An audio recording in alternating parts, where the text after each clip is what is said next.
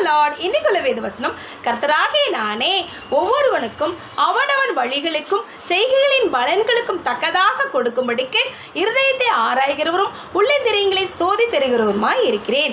எரேமியா 17:10 இப்படியாக கர்த்தர் சொல்லியிருக்காரு.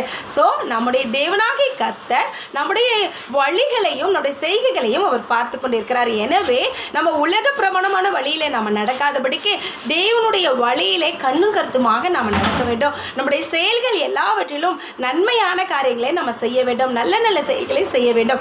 அப்பொழுது அதற்கு தக்க பலனை ஆசீர்வாதங்களை தேவன் கொடுப்பார். அது மட்டும் இல்லாமல் நம்ம இருதயத்தை ஆராய்கிறவரும் உள்ளங்கதிரியங்களை சோதி தருகிறவருமாய் இருக்கிறார். எனவே நம்ம இருதயத்தை எல்லா காவலோடு காத்துக்கொண்டு தேவ பிள்ளைகளாய் பரிசுத்த இருதயத்தோடு நம்ம காணப்பட வேண்டும். நல்ல சிந்தனைகளை சிந்தித்து தேவனுடைய பிரியமான பிள்ளையாய் நம்ம வாழ வேண்டும். அப்பொழுது தேவன் நமக்கு நல்ல பலனை கொடுத்து நம்மை ஆசீர்வதிப்பார். Okay friends, bye. Have a nice